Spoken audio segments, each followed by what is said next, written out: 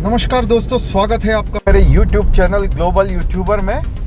आज मैं जा रहा हूं चंडीगढ़, जो कि दिल्ली से लगभग 260 किलोमीटर दूर है। और ये सफ़र हम तय करेंगे लगभग 5-5.5 घंटे में। और इस दौरान आप बने रहिए मेरे साथ में और देखते हैं कि हमारी ये यात्रा कैसे होने वाली है। और अभी मैं निकल चुका हूँ द्वारका सेक्टर 10 से और अभी जा रहा हूँ UER 2 की ओर। और वहाँ से हम जाएंगे सीधे सोनीपत के लिए। और चलिए आगे चलते हैं। हम पहुँचने वाले हैं द्वारका सेक्टर 21 के करीब भरतल चौक पर, और सामने है भरतल चौक। आइए चलते हैं इस दिल्ली से चंडीगढ़ के सफ़र पर। सामने आप देख सकते हैं नजफगढ़ और पानीपत और रोहतक के लिए हमें राइट में मुड़ना है। और यहाँ से हम जाएंगे सीधे चंडीगढ़ के लिए। और सामने आप बोर्ड पर देख सकते हैं नजफगढ़ और चंडीगढ़ के लिए राइट में दिखा रहा है। तो दोस्तों बने रहिए मेरे इस व्लॉग में। तो चलिए शुरू करते हैं आज का ये व्लॉग और बने रहिए अंत तक मेरे इस व्लॉग पर। सामने देखिए नजफगढ़ 9 किलोमीटर, पानीपत 101 किलोमीटर और चंडीगढ़ है यहाँ से 257 किलोमीटर। तो दोस्तों मेरी इस जर्नी में मैं आपको बताऊंगा कि दिल्ली से चंडीगढ़ के बीच में हमें कौन कौन से शहर पड़ेंगे, कौन कौन सी सिटीज़ पड़ेंगी और उन शहरों की क्या खासियत है, उनका क्या इतिहास है। दोस्तों दिल्ली से चंडीगढ़ के बीच हम कई शहरों से होते हुए गुजरेंगे, जिसमें सबसे पहले हम गुजरेंगे सोनीपत से और उसके बाद पानीपत, अंबाला, करनाल, कुरुक्षेत्र, जीरकपुर होते हुए हम पहुंचेंगे चंडीगढ़। तो ये सफ़र हमारा लगभग 5 से 5.5 घंटे के बीच पूरा होने वाला है। यह सफ़र हमारा डिपेंड करता है कि हम रास्ते में कितने स्टॉप ओवर्स लेते हैं, कितनी जगह हम रुकते हैं। तो हम कोशिश करेंगे कि जल्दी से जल्दी हम अपना यह दिल्ली से चंडीगढ़ का सफ़र जो है पूरा कर सकें। हालांकि मुझे आज ही शाम को चंडीगढ़ से वापस दिल्ली भी लौटना है, लेकिन मैं सिर्फ दिल्ली से चंडीगढ़ का ब्लॉग बनाऊंगा और लौटने का ब्लॉग मैं नहीं बनाऊंगा, क्योंकि ये रूट बिल्कुल सेम है। तो वो वापसी का ब्लॉग बनाने का कोई महत्व नहीं रह जाता है। तो दोस्तों आप देख सकते हैं कि दिल्ली में यहाँ UER 2 के करीब काफ़ी बिल्डिंग्स बन चुकी हैं। दोस्तों इस सफ़र के दौरान मैं आपको बताऊंगा कि हमें रास्ते में कौन कौन से टोल पड़ने वाले हैं और उनका जो टोल चार्जेस है वो कितना होने वाला है। तो देखिए काफ़ी शानदार ये ड्राइव होने वाली है। आप देख सकते हैं UER 2 कितने खूबसूरती से इसे NHAI के द्वारा बनाया गया है। और सामने आपको फिर एक बोर्ड दिखाई दे रहा है जिस पर लिखा है नंगलोई मेरे लेफ्ट में, और पानीपत और चंडीगढ़ के लिए हम जा सकते हैं बिल्कुल सीधे। इस UER 2 पर जगह जगह पर फ्लाईओवर्स बने हुए हैं ताकि जो आसपास की बस्तियां हैं उनके लोग आसानी से एक तरफ से दूसरी ओर जा सकें। यह अर्बन एक्सटेंशन रोड जो है द्वारका सेक्टर 21 पर जाकर द्वारका एक्सप्रेसवे से मिलती है, जो कि गुरुग्राम से आगे खिड़की डोला तक जाती है। द्वारका एक्सप्रेसवे पर मैं अपने चैनल पर एक अलग से ब्लॉग बनाकर डाल चुका हूँ। यदि आपने अभी तक वो नहीं देखा तो आप जाकर के मेरे चैनल पर देख सकते हैं। देखिए दोस्तों इसी से आप KMP एक्सप्रेसवे पर भी जा सकते हैं। मेरे लेफ्ट साइड में जो आम जा रही है वो जा रही है KMP के लिए। दोस्तों हम निकले हैं सुबह 6:30 बजे द्वारका सेक्टर 10 से चंडीगढ़ के लिए। अब देखना है कि हम चंडीगढ़ कितने बजे तक पहुंच पाते हैं। मुझे उम्मीद है कि हम 11 से 11:30 बजे के बीच चंडीगढ़ जरूर पहुंच पाएंगे। दोस्तों लगभग 1 किलोमीटर आगे हमें पड़ने वाला है हमारा पहला टोल। देखना है कि इस टोल पर हमें कितना टोल देना पड़ता है। आगे लगभग 1 किलोमीटर आगे यह दिल्ली से चंडीगढ़ के बीच हमारा पहला टोल है अर्बन एक्सटेंशन रोड पर। दोस्तों आ चुका है हमारा पहला टोल और इस टोल पर जो कार का जो टोल है वो है 360 रुपये। तो देखना है कि कितना टोल यहाँ पर हमसे लिया जाता है। दोस्तों सामने आप देख सकते हैं कि एक मेट्रो स्टेशन है जो कि अभी बन रहा है। दोस्तों सुबह हमने ये सफ़र थोड़ा जल्दी शुरू कर लिया था, लगभग 6:30 बजे के करीब, इसलिए आपको अभी इस UER2 पर जो है ट्रैफिक कोई ख़ास देखने को नहीं मिल रहा है। ट्रैफिक काफ़ी कम है, ये बड़ी खुशी की बात है हमारे लिए, इसलिए हम तेज़ी से आगे की ओर बढ़ रहे हैं और हम समय से चंडीगढ़ पहुंच जाएंगे। आसमान पर बादल छाए हुए हैं, अभी बारिश का समय है। मुझे उम्मीद है कि रास्ते में मुझे बारिश ज़रूर मिलेगी, तो उस वक्त जो है ये सफ़र और सुहाना हो जाएगा। मेरे लेफ्ट साइड आप देख सकते हैं हरे भरे खेत। दोस्तों, आपको इस UER2 में ट्रैवल करते समय अपनी स्पीड लिमिट का खास ध्यान रखना होगा, क्योंकि इस UER2 पर जगह जगह पर कैमरे लगे हुए हैं जो कि आपकी स्पीड को वॉच करते हैं, और यदि आप ओवर स्पीड में दिखाई दिए तो आपके घर पर चालान भी पहुंच सकता है। मुझे इस रोड पर जो है अधिकतम जो स्पीड थी वो लगभग 60 किलोमीटर प्रति घंटे की दिखाई दी है। दोस्तों, इस UER2 पर जगह जगह पर नो पार्किंग के बोर्ड लगे हुए हैं। मेरा सभी ड्राइवर से अनुरोध है, जो भी वाहन चालक है उनसे मेरा अनुरोध है कि इस UER2 पर अपने वाहन पार्क न करें, क्योंकि इससे कोई भी गंभीर दुर्घटना हो सकती है। कोई भी पीछे आने वाला व्हीकल आपकी गाड़ी को हिट कर सकता है, तो इसलिए इस UER2 पर सावधान रहें और अपनी गाड़ी पार्क ना करें। और यदि कभी इमरजेंसी में टायर पंचर हो जाने पर आपको अपनी गाड़ी पार्क करनी होती है, तो आप जो है उस पर प्रॉपर इंडिकेशन बोर्ड लगा कर के चलें। तो अभी हमने देखा कि मेरे राइट साइड में एक बोर्ड लगा हुआ था जिसमें कि स्पीड लिमिट लिखी हुई थी 100 किलोमीटर प्रति घंटे की, तो हमें 100 किलोमीटर प्रति घंटे की स्पीड इस UER2 पर मेंटेन करना है। और कहीं कहीं पर स्पीड रेस्ट्रिक्शंस भी हैं, तो जहां पर आपको 60 किलोमीटर प्रति घंटे का स्पीड वार्निंग बोर्ड भी दिखाई दे सकता है। आपको जगह जगह पर फ्लाईओवर्स देखने को मिल जाएंगे।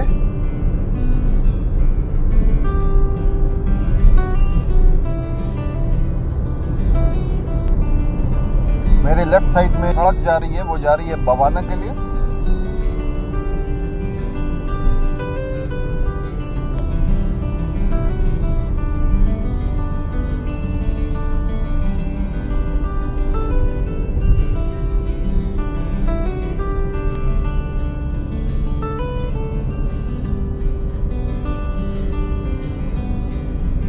दोस्तों, मैं बता दूं कि इस UER2 पर जो है 2 व्हीकल्स अलाउड नहीं है, तो कृपया अपने 2 व्हीकल लेकर के या फिर स्कूटर, मोटरसाइकिल, बाइक्स वगैरह लेकर के इस UER2 पर सफ़र ना करें। दोस्तों, आपको रोड पर जो है ये सफ़ेद पट्टी जो दिख रही है, इस पर कट मार्क बने हुए हैं, तो इसका मतलब होता है कि यहाँ पर आप ओवरटेकिंग कर सकते हैं, और जहाँ पर कट मार्क ना बने हो तो वहाँ पर आप ओवरटेकिंग नहीं कर सकते। तो कृपया UER2 पर या किसी भी हाईवे पर इन जो है मार्किंग्स का जरूर ख्याल रखें।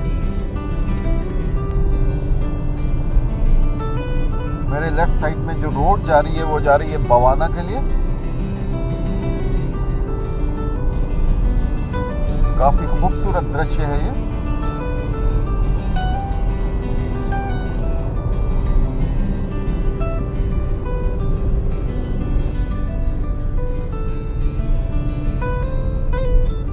दोस्तों, जो पहला टोल हमें पड़ा था उसका टोल चार्ज था लगभग 330 रुपये। जो दूसरा टोल है वो अभी तक हमें नहीं मिला है। देखते हैं कितनी देर बाद दूसरा टोल आता है। तो बने रहिए मेरे ब्लॉग पर और मैं बताऊंगा कि दूसरे टोल का टोल चार्ज कितना है। दोस्तों, आप देख सकते हैं कि सन हमारे बिल्कुल सामने आ रहा है। सन की रेज हमारे फेस पर पड़ रही है। और दोस्तों, UER2 के बनने से इसके आसपास का एरिया काफ़ी डेवलप हो चुका है। तो मेरे लेफ्ट साइड में आप देख सकते हैं NIT Delhi, national institute of technology Delhi की ये शानदार बिल्डिंग आपको पीछे दिखाई दे रही है, ग्रे कलर की building.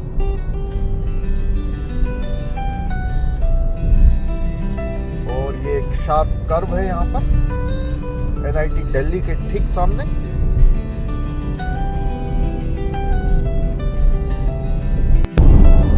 National institute of technology Delhi की एक दूसरी बिल्डिंग। काफी बड़ा कैंपस है, काफी लंबा चौड़ा कैंपस है यहाँ पर। दोस्तों ये देखिए मेरे लेफ्ट साइड में आपको काफी सारे रेसिडेंशियल अपार्टमेंट्स देखने को मिल रहे हैं, जो कि इस UER2 के आने के बाद इस क्षेत्र में जो है डेवलप हुए हैं। आप देख सकते हैं, कहा जाता है कि जो सड़कें होती हैं वो हमारे प्रगति का मार्ग होती हैं, और सड़क बनने से जो है आसपास का क्षेत्र काफी विकसित हो जाता है। वही कुछ मुझे यहाँ देखने को मिल रहा है।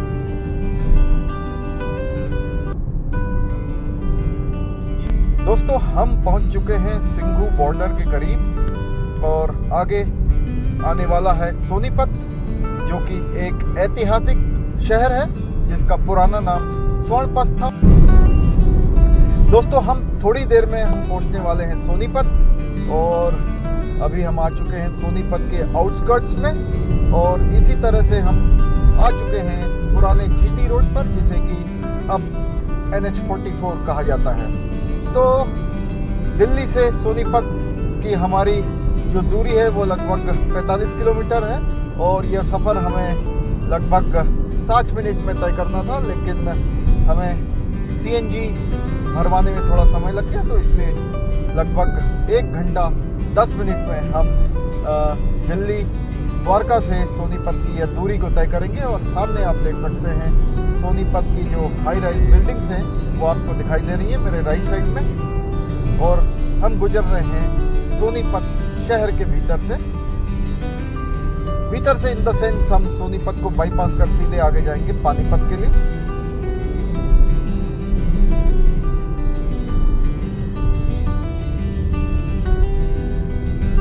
ये आप देख सकते हैं वेस्टर्न पेरिफेरल एक्सप्रेसवे मेरे लेफ्ट साइड में है।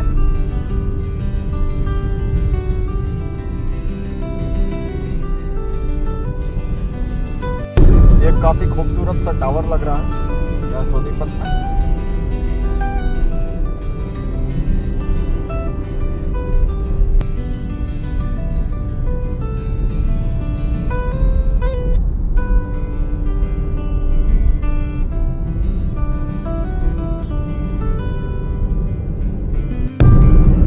दोस्तों सोनीपत से मूर्थल की दूरी है लगभग 12 किलोमीटर, और मूर्थल जैसा कि आप जानते हैं कि अपने पराठों के लिए मशहूर है, और इसे पराठों की राजधानी भी कहा जाता है। और दिल्ली के लोग अक्सर मूर्थल पराठे खाने के लिए आमतौर पर आते हैं, और मूर्थल में आपको कई ढाबे देखने को मिल जाएंगे, जैसे अमरीक, सुखदेव ढाबा, हवेली ढाबा, और इस तरह के अन्य ढाबे भी आपको मूर्थल में देखने को मिल जाएंगे। और यहाँ विभिन्न प्रकार के वैरायटी के पराठे आपको खाने को मिल सकते हैं, जिसमें आलू का पराठा, गोभी का पराठा, मूली का पराठा, प्याज या फिर पनीर के पराठे आपको यहाँ पर खाने को मिल सकते हैं।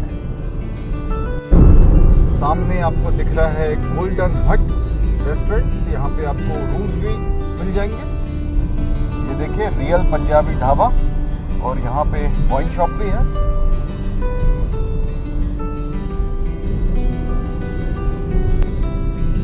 सोनीपत, बागपत, मूर्थल और अमृतसर के लिए सीधा जाना है।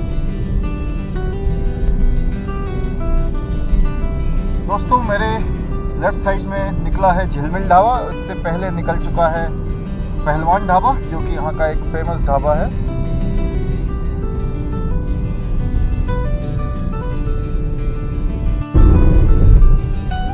दोस्तों हम जिस सड़क पर अभी सफ़र कर रहे हैं इसे वर्तमान में तो NH44 कहा जाता है, लेकिन किसी ज़माने में इसे GT रोड कहा जाता था। GT रोड का अर्थ है ग्रांड ट्रंक रोड।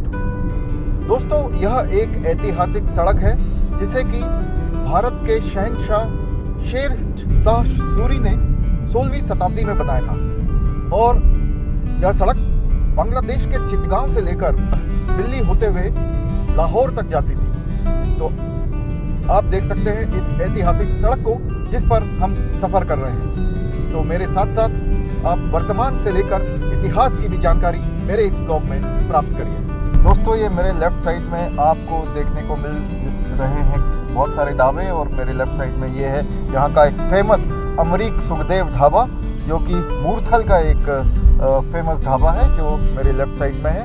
और यहाँ पर आपको काफ़ी CNG और पेट्रोल पंप भी देखने को मिल जाएंगे, और यहाँ पर बहुत सारे कंपनीज के आउटलेट्स भी हैं जिसमें आपको शूज़ वगैरह यहाँ पर काफ़ी अच्छे कंपनी रेट पर मिल जाएंगे।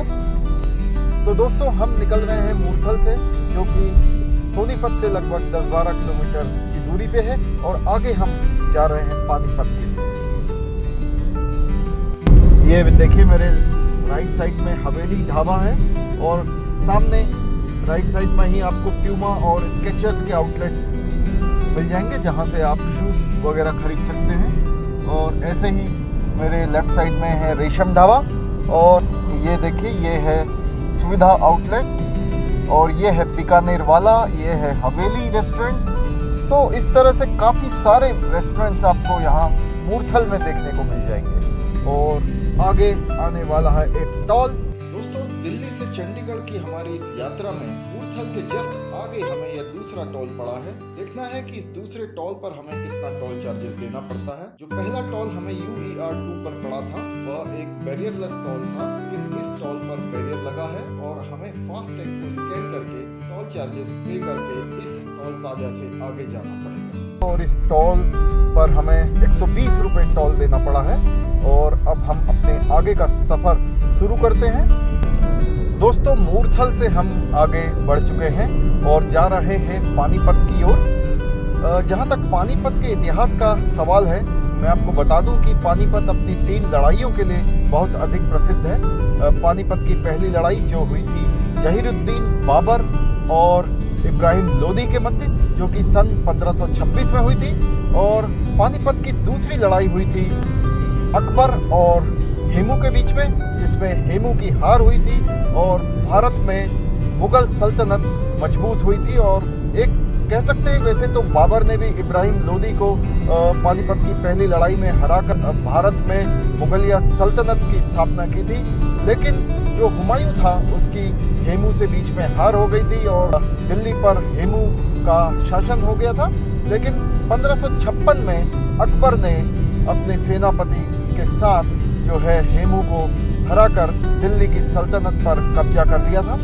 और इसी तरह पानीपत की जो तीसरी लड़ाई हुई थी, वो हुई थी अहमद शाह दुर्रानी और सदाशिवराव भाऊ के मध्य, जो कि एक बहुत ही खून खराबे वाली लड़ाई थी। बहुत ही खून खराबा हुआ था उस युद्ध में, जो कि मकर संक्रांति के दिन यह युद्ध हुआ था, और जिसमें मराठों की हार हुई थी और अहमद शाह दुर्रानी की जीत हुई थी। तो दोस्तों, ये था पानीपत का इतिहास।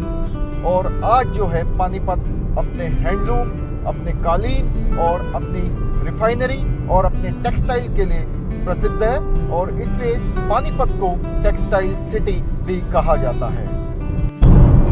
दोस्तों, ये देखिए, मेरे लेफ्ट साइड में हरे भरे खेत जो कि काफी सुंदर दिख रहे हैं।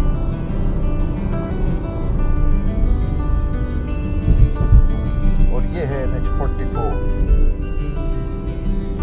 दोस्तों, सोनीपत से पानीपत की जो दूरी है वो लगभग 45 किलोमीटर है, लेकिन ये जो रोड है काफ़ी स्ट्रेट है और स्ट्रेच काफ़ी अच्छा है। तो इस पे जो दूरी है, ये 45 किलोमीटर की दूरी लगभग हम 40 मिनट में तय करने वाले हैं। तो देखते हैं कि हम इस 40 मिनट में इस 45 किलोमीटर की दूरी को तय कर पाते हैं कि नहीं। दोस्तों, सुबह के बज रहे हैं अभी 8:12 और हम पहुंचने वाले हैं पानीपत।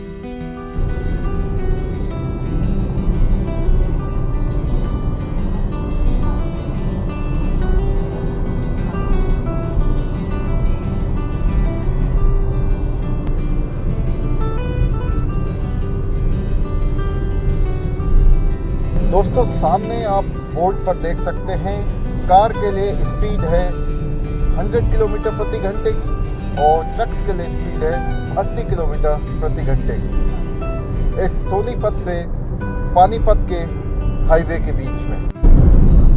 चंडीगढ़ की दूरी यहाँ से 152 किलोमीटर रह गई है और पानीपत है मात्र 4 किलोमीटर। दोस्तों सुबह के बज रहे हैं 8:45 और हम पहुँच चुके हैं पानीपत। ये मेरे राइट साइड में आप देखिए नगर निगम पानीपत की बिल्डिंग। और द्वारका सेक्टर 10 दिल्ली से हमें पानीपत पहुंचने में लगभग 2 घंटा 15 मिनट का समय लग चुका है। इस बीच हमने सिंगू बॉर्डर पर अपनी गाड़ी में CNG भी डलवाई थी। उस सब को मिलाकर के लगभग 2 घंटा 15 मिनट के भीतर हम द्वारका दिल्ली से यहाँ पानीपत पहुँच चुके हैं। और अब हम आगे जा रहे हैं पानीपत से करनाल की ओर।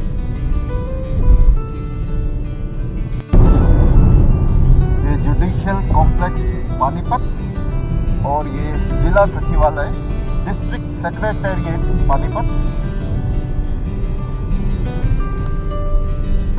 दोस्तों पानीपत से हम आगे निकल चुके हैं और पानीपत से करनाल की दूरी है लगभग 35 किलोमीटर और यह सफ़र हम 30 से 35 मिनट में तय करने वाले हैं। दोस्तों जहां तक करनाल के इतिहास का प्रश्न है, यह महाभारत के प्रसिद्ध योद्धा कर्ण की राजधानी थी और उन्हीं के नाम से इस शहर का नाम करनाल पड़ा था।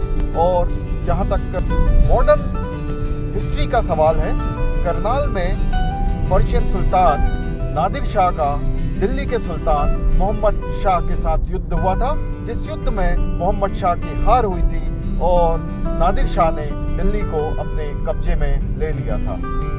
दोस्तों करनाल से पहले एक और टोल प्लाजा आ गया है। देखते हैं इस टोल प्लाजा पर हमें कितना टोल देना पड़ता है।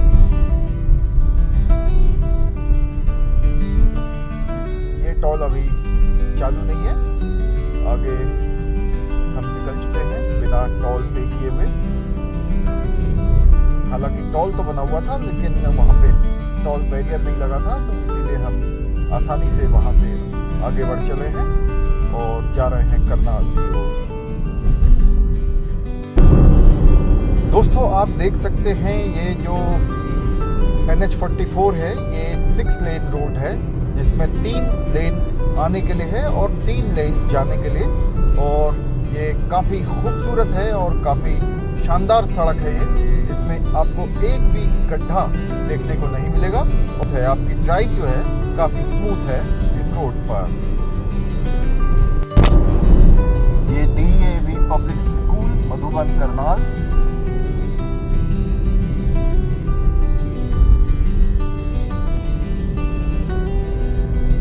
दोस्तों सामने आप देख सकते हैं फुट ओवर ब्रिज जो कि इस नेशनल हाईवे 44 को क्रॉस करने के लिए यहाँ पर रहने वाले रहवासियों के लिए बनाया गया है।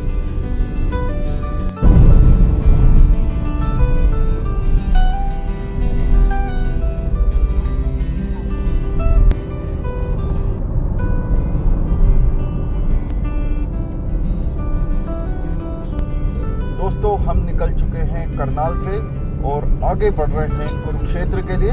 करनाल से कुरुक्षेत्र की दूरी है लगभग 30 किलोमीटर और यह सफ़र हम लगभग 30 से 35 मिनट में तय करेंगे। दोस्तों दिल्ली से चंडीगढ़ के बीच आपको इस प्रकार की बस सर्विस भी मिल जाएगी और काफ़ी अच्छी बस सर्विसेज दिल्ली और चंडीगढ़ के बीच में है। ये तो एक नॉर्मल बस है लेकिन आपको वॉल्वो बस सर्विस भी दिल्ली से चंडीगढ़ और चंडीगढ़ से दिल्ली के बाद मिल जाएगी। इसी के साथ ही आप जिंग बस या जिंग मैक्स बस भी दिल्ली के लिए चंडीगढ़ से ले सकते हैं। दोस्तों हम पहुंचने वाले हैं कुरुक्षेत्र। कुरुक्षेत्र एक ऐतिहासिक शहर है और इसे धर्म क्षेत्र भी कहा जाता है और यहीं कौरव और पांडवों के बीच में महाभारत का युद्ध हुआ था और इसी स्थान पर भगवान श्री कृष्ण ने गीता का ज्ञान दिया था।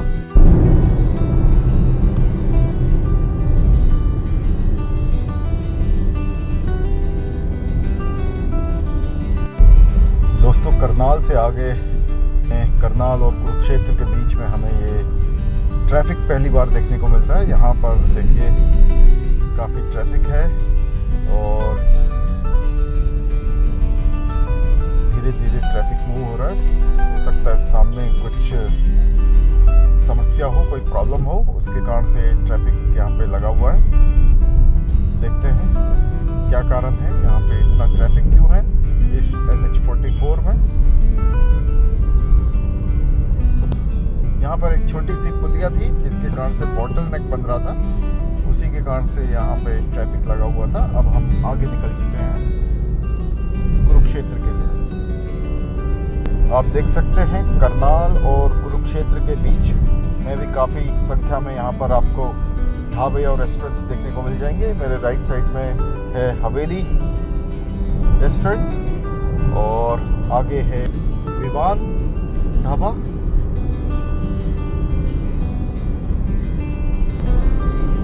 अंबाला की दूरी यहाँ से लगभग 66 किलोमीटर है।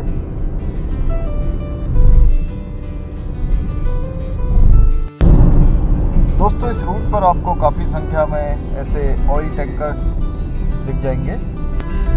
इसका कारण ये है कि पानीपत में एक ऑयल रिफाइनरी है, जिसके कारण से आपको इस रोड पर काफ़ी ऑयल टैंकर्स का मूवमेंट देखने को मिल जाएगा।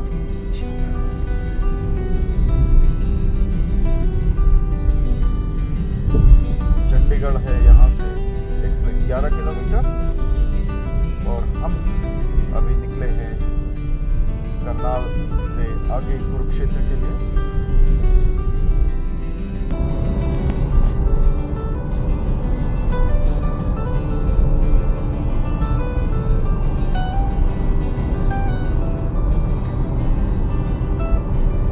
ये देखिए राइडर्स जा रहे हैं लॉन्ग राइड पे। हो सकता है लद्दाख वगैरह जा रहे हो, क्योंकि काफ़ी संख्या में राइडर्स लद्दाख जाते हैं एडवेंचर राइड्स पर।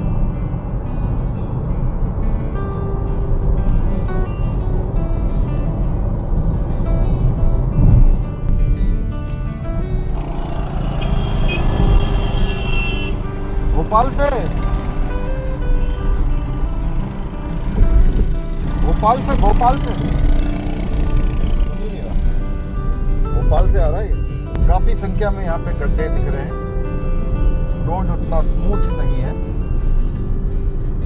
दोस्तों, हम पहुंच चुके हैं कुरुक्षेत्र और अभी अभी मेरे पीछे निकला है द ग्रेट खली ढाबा। हालांकि मैं उसे रिकॉर्ड नहीं कर पाया, मेरे लेफ्ट साइड में था द ग्रेट खली ढाबा करनाल और कुरुक्षेत्र के बीच में। तो मैंने सोचा कि आपकी जानकारी के लिए आपको बता दूं। दोस्तों, सामने बोर्ड पर आप देख सकते हैं गीता उपदेश स्थली कुरुक्षेत्र में आपका हार्दिक स्वागत है। और इसके ठीक पहले समाप्त हुई थी करनाल नगर निगम सीमा और अब हम प्रवेश कर चुके हैं कुरुक्षेत्र शहर के भीतर, जिसका एक अपना वैभवशाली इतिहास है और ऐतिहासिक महत्व का क्षेत्र है यह कुरुक्षेत्र शहर, और इसे धर्म क्षेत्र भी कहा जाता है। दोस्तों, हम निकल चुके हैं कुरुक्षेत्र से आगे और अब हम जा रहे हैं अंबाला की ओर। कुरुक्षेत्र से अंबाला का डिस्टेंस है 45 किलोमीटर और यह जर्नी हम लगभग 50 से लेकर 1 घंटे में पूरी करेंगे। और यहाँ से अंबाला है 25 किलोमीटर। जिस स्थान पर अभी हम हैं, हम कुरुक्षेत्र से आगे आ चुके हैं और यहाँ से अंबाला है लगभग 25 किलोमीटर। और 25 किलोमीटर की यह जर्नी तय करने के बाद हम अंबाला में लेंगे एक छोटा सा ब्रेक और वहाँ पर करेंगे ब्रंच। तो दोस्तों, चलिए चलते हैं अंबाला और मिलते हैं ब्रंच पर। दोस्तों, थोड़ी देर बाद हम पहुँचने वाले हैं अंबाला। और अंबाला हरियाणा का एक महत्वपूर्ण ऐतिहासिक और व्यावसायिक शहर है और अंबाला अपनी सैनिक छावनी के लिए पूरे देश में मशहूर है। अंबाला की सैनिक छावनी अंग्रेजों द्वारा 1838 में निर्मित की गई थी और तभी से यह एक महत्वपूर्ण सैन्य छावनी है। और यहीं पर अंबाला का एयरफोर्स स्टेशन भी है, जो कि एक महत्वपूर्ण एयरफोर्स स्टेशन है। और साथ ही अंबाला अपने होलसेल कपड़ा मार्केट के लिए भी मशहूर है और यह अपने साइंटिफिक और मेडिकल इंस्ट्रूमेंट के लिए भी पूरे देश भर में विख्यात है। और दोस्तों यहाँ पर समाप्त होती है कुरुक्षेत्र की सीमा और ये बोर्ड पीछे गया है जिस पर लिखा था धर्म क्षेत्र कुरुक्षेत्र में पधारने के लिए आपका धन्यवाद। और अब हम आ चुके हैं अंबाला की सीमा के अंदर और थोड़ी देर बाद हम पहुंच जाएंगे अंबाला शहर के भीतर। यहाँ पर एक डाइवर्शन है, ये फ्लाईओवर में कुछ मेंटेनेंस काम चल रहा है अंबाला से ठीक पहले, तो हम नीचे जा रहे हैं सर्विस रोड से अंबाला की ओर।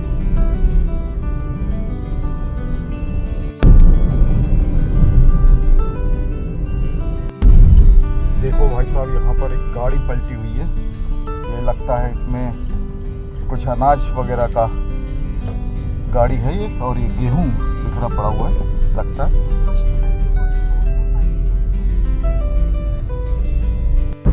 दोस्तों सामने आप बोर्ड पर देख सकते हैं अंबाला कैंट 3 किलोमीटर, और थोड़ी देर में हम प्रवेश करने वाले हैं अंबाला शहर के भीतर।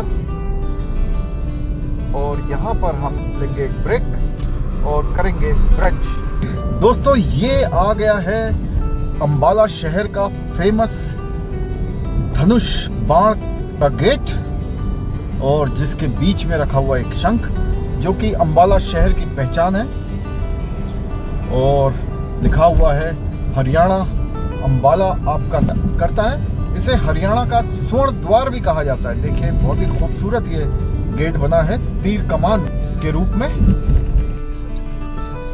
दोस्तों अंबाला में पूरन सिंह का पुराना ढाबा फेमस ढाबा है, और उसी ढाबे पे हम जा रहे हैं ब्रंच के लिए। तो दोस्तों सामने देख सकते हैं आप पूरन सिंह का पुराना ढाबा की ग्रे रंग की बिल्डिंग, शायद यही है पूरन सिंह का पुराना ढाबा। ये ग्रे कलर की बिल्डिंग दिख रही है, तो न्यू पूरन सिंह है यार। दोस्तों हम अंबाला में पूरन सिंह के पुराने ढाबे के बजाय पूरन सिंह के नए ढाबे में पहुंच गए थे, न्यू पूरन ढाबा में। हालांकि वो हमें कुछ लगा नहीं कि ये ढाबे सा है, वो तो कुछ होटल सा लगा छोटा मोटा, तो इसलिए अब हम जा रहे हैं पूरन सिंह के पुराने ढाबे को ढूंढने। तो दोस्तों यदि आप भी कभी अंबाला आएँ और भटक जाएं तो कृपया ध्यान रखें कि आपको पूरन सिंह के पुराने ढाबे में जाना है, न्यू पूरन होटल में नहीं जाना। तो दोस्तों ये है पूरन सिंह का मशहूर विशाल ढाबा जो कि यहाँ अंबाला में है। इसके नाम तो बड़े हैं लेकिन इसके दर्शन मुझे काफ़ी छोटे लग रहे हैं। देखते हैं कि इसका कैसा यहाँ पे ब्रेकफास्ट या ब्रंच हमको मिलता है, अंदर चल के देखते हैं। तो दोस्तों सुबह के लगभग 10:15 बज चुके हैं और हम आ चुके हैं पूरन सिंह के मशहूर विशाल ढाबे में। हालांकि ये ढाबा देखने में उतना विशाल या मशहूर तो नहीं लगेगा, लेकिन यहाँ खाने की तारीफ़ मैंने काफ़ी सुनी है, और यहाँ पे एक समय में आपको जो है जैम पैक्ड मिलता था, यहाँ पे बैठने की जगह नहीं मिलती थी। हालांकि इनकी नई बिल्डिंग अभी यहीं बाजू में बन रही है। तो दोस्तों पूरन सिंह के मशहूर विशाल ढाबे में ये जो फोटोग्राफ बने हुए हैं ये मशहूर शेफ़ संजीव कपूर की हैं, और साथ में अमिताभ बच्चन भी हैं, जो कि कह रहे हैं आप लोग आइए और पूरन सिंह के विशाल मशहूर ढाबे में भोजन करिए। और ये है इसका मेन्यू, और देखते हैं यहाँ पे हमें क्या क्या मिलता है। लेकिन हम तो सिर्फ ब्रंच करने वाले हैं, तो हम यहाँ पे खाएंगे पराठे और दही। दोस्तों ये आ चुका है हमारा गर्मा गर्म कुरकुरा प्याज का पराठा। अब हम इसको खाते हैं और देखते हैं कितना स्वादिष्ट है ये पराठा। दोस्तों ये था पूरन सिंह का मशहूर ढाबा यहाँ अंबाला में। हालांकि इसका एम्बियंस उतना अच्छा नहीं है, क्योंकि ये पहले काफ़ी अच्छा हुआ करता था, यहाँ काफ़ी भीड़ लगा करती थी। लेकिन अभी इसके कंपटीशन में काफ़ी अच्छे ढाबे खुल चुके हैं जिनका एस्थेटिक काफ़ी अच्छा है, लेकिन ये ढाबा काफ़ी पुराना किस्म का है। इसका फूड का जहाँ तक सवाल है मुझे कोई ख़ास पसंद नहीं आया। हालांकि इन्होंने बताया कि इनकी नई बिल्ड पे बन रही है, ये देखिए ये पूरन सिंह के ढाबे की नई बिल्डिंग बन रही है। ये पूरन सिंह का मशहूर विशाल ढाबा, ये पुरानी बिल्डिंग यहाँ पर है और यहाँ पर इनका कहना है कि आगे पार्किंग वगैरह बना दी जाएगी और ये इनकी नई बिल्डिंग यहाँ पे बन रही है और हो सकता है कि आने वाले सालों में ये यहाँ पर आपको नई बिल्डिंग में कुछ अच्छा फूड खाने को मिल जाए। तो मेरी गाड़ी आ चुकी है, अब हम चलते हैं आगे की जर्नी के लिए। तो दोस्तों, अम्बाला में ब्रंच करने के पश्चात हम निकल चुके हैं आगे चंडीगढ़ के लिए और यहाँ से चंडीगढ़ लगभग 45 से 50 मिनट की दूरी पर है और अभी 12 बजने वाले हैं और हमें 6 घंटे ऑलरेडी हो चुके हैं, 6 से 5.5 घंटे ऑलरेडी हो चुके हैं, जबकि हमारा अनुमान था कि हम 5.5 घंटे के भीतर चंडीगढ़ पहुंच जाएंगे। लेकिन अभी भी चंडीगढ़ यहाँ से 54 किलोमीटर दूर है और मुझे लगता है कि हमें लगभग 1 घंटा और लग जाएगा चंडीगढ़ पहुँचने में। दोस्तों, अम्बाला से हम आगे निकल चुके हैं जीरकपुर के लिए। अम्बाला से जीरकपुर की दूरी है लगभग 30 किलोमीटर और यह सफ़र तय करने में हमें लगेगा लगभग 30 मिनट का समय। तो चलिए चलते हैं जीरकपुर की ओर और जीरकपुर से चंडीगढ़ की दूरी मात्र 12 से 15 किलोमीटर रह जाती है। तो चलिए चलते हैं चंडीगढ़ की ओर और देखते हैं हमें कितना समय लगता है चंडीगढ़ पहुंचने में। तो बने रहिए मेरे इस व्लॉग में मेरे साथ। दोस्तों, अम्बाला से निकलते ही अम्बाला और जीरकपुर के बीच में हमें ये एक टोल पड़ा है और इस टोल का चार्ज है लगभग 190 रुपये। तो देखते हैं कि कितना टोल हमें लगता है। काफ़ी भीड़ भाड़ है इस टोल पे क्योंकि अम्बाला और चंडीगढ़ के बीच में ट्रैफिक काफ़ी बढ़ चुका है और जैसा कि मैंने आपको थोड़ी देर पहले बताया कि अम्बाला और चंडीगढ़ के बीच में जो ये रोड है ये उतनी अच्छी अवस्था में नहीं है जितनी कि हमें दिल्ली और करनाल के बीच में मिली थी।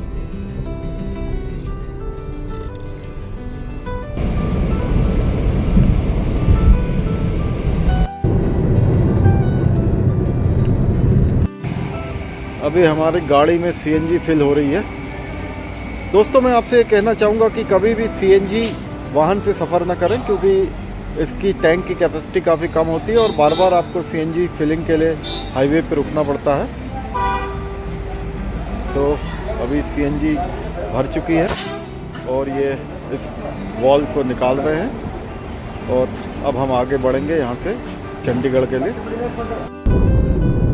दोस्तों, दूर पहाड़ दिखाई देने शुरू हो गए हैं। इसका मतलब ये है कि चंडीगढ़ शीघ्र ही आने वाला है।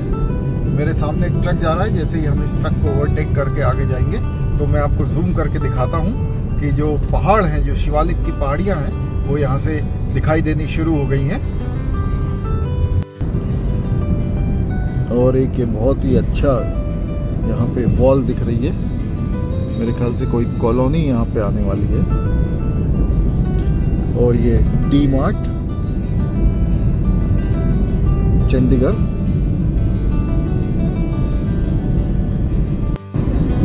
ये हाई राइज बिल्डिंग्स दिखना प्रारंभ हो गई हैं। इसका मतलब है कि हम चंडीगढ़ शहर में प्रवेश कर चुके हैं। ये चंडीगढ़ शहर की कुछ प्लांट सोसाइटियाँ यहाँ आउटस्कर्ट्स में दिखाई दे रही हैं।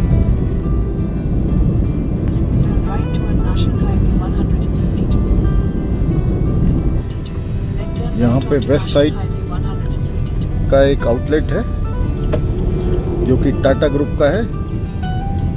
ज़ूडियो का भी यहाँ पे एक आउटलेट है।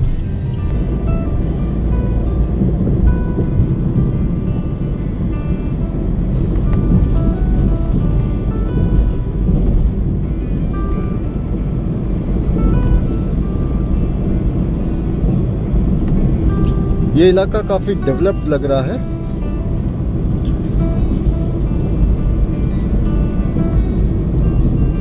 हाई राइज अपार्टमेंट्स यहाँ पे देखने को मिल रहे हैं।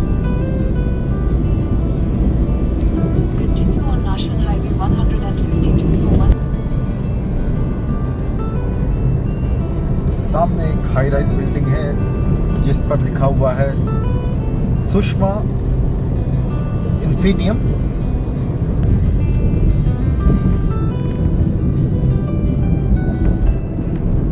आगे दिख रहा है PVR, जहाँ पर आप फिल्म्स वगैरह देख सकते हैं। रेड टेप और स्केचेस का भी यहाँ पे शोरूम है। और ये है हॉलिडे इन होटल। ये देखिए,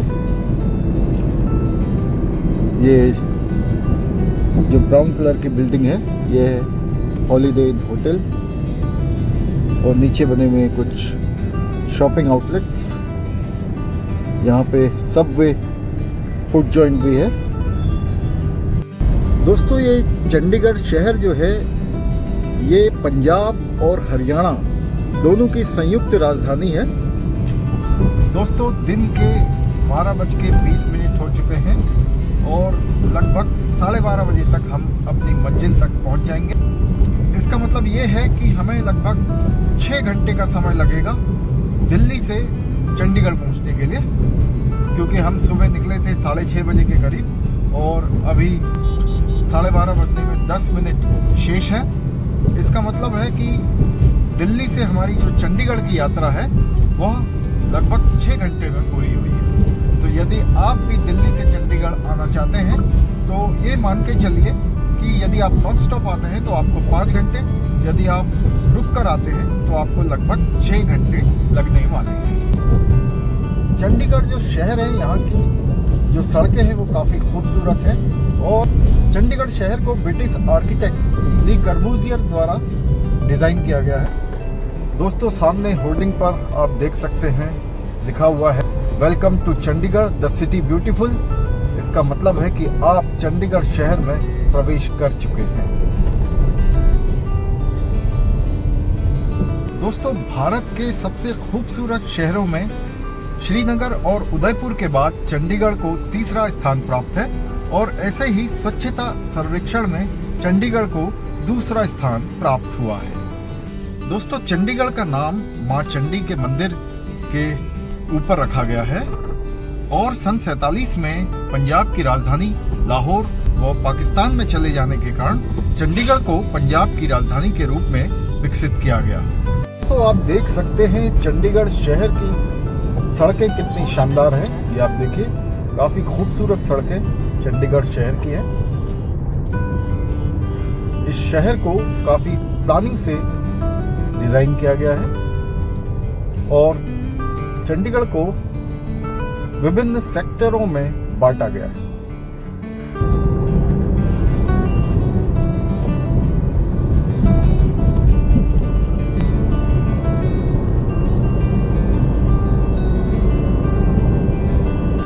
दोस्तों, यदि आप मेरे इस व्लॉग में अभी तक बने हुए हैं तो इसका मतलब है कि आपको मेरा ट्रैवल व्लॉग पसंद आ रहा है।